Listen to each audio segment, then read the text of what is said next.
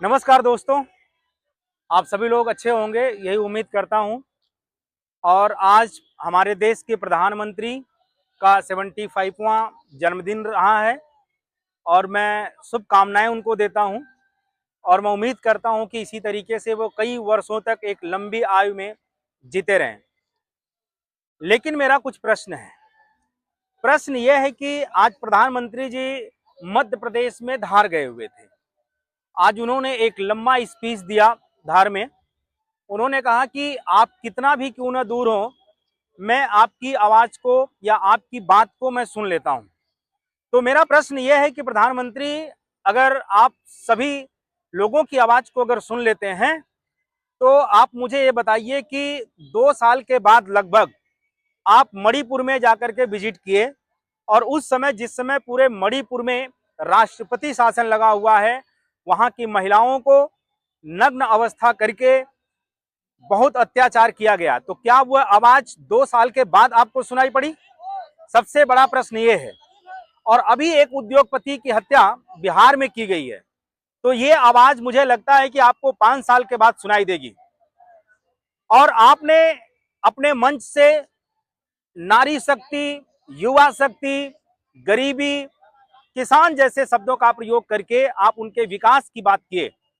लेकिन मेरा प्रश्न यह है कि जब आप नारी शक्ति की बात करते हैं तो नारी शक्ति में क्या उन महिलाओं के ऊपर जिन महिलाओं के साथ अत्याचार होता है, या मणिपुर में जिन महिलाओं के साथ अत्याचार हुआ, तो क्या यह महिला शक्ति को प्रदर्शित करता है, या आपका हस्तक्षेप करना जरूरी नहीं समझा जाता है? आप देश के प्रधानमंत्री हैं, प्रश्न भी आपसे किया जाएगा। और आप युवाओं की बात करते हैं। जब आप सरकार में आए तो युवाओं की बड़ी तमन्नाएं थी कि आप 2 करोड़ रोजगार हर साल देंगे।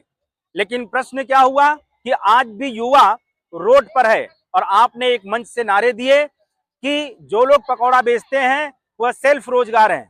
तो मैं प्रधानमंत्री जी आपसे पूछना चाहता हूं, जिस गरीबी की बात करते हैं, अभी हालांकि में आपने स्वीकार किया गरीबी जैसे शब्द को, लेकिन इससे पहले आप गरीबी जैसे शब्द को स्वीकार भी नहीं कर रहे थे।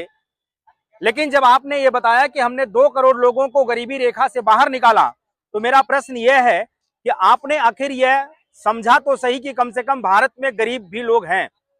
और अगला प्रश्न है, आपने किसानों के विकास की बात की और ये नारे 2014 से रहे हैं और 2014 से लगभग किसान आज भी रोड पर है।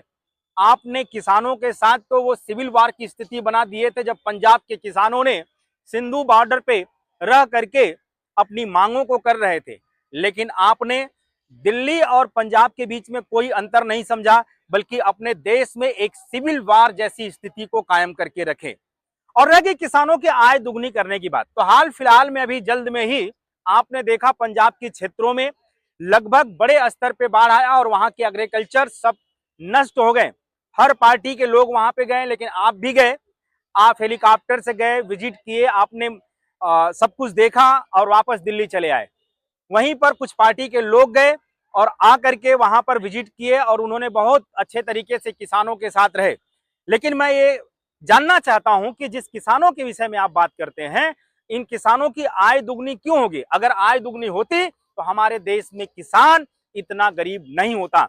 आप सिर्फ अडानी अंबानी उद्योगपतियों को सपोर्ट करते हैं और यही आपकी मंशा है।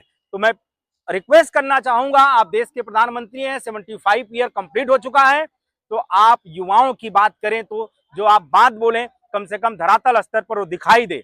जब आप किसानों के विषय में बात करते हैं तो कम से कम धरातल स्तर पर दिखाई दे। जब आप गरीबी की बात करते हैं तो ये प्रयास करें कि उसको धरातल स्तर पर दिखाई देना चाहिए।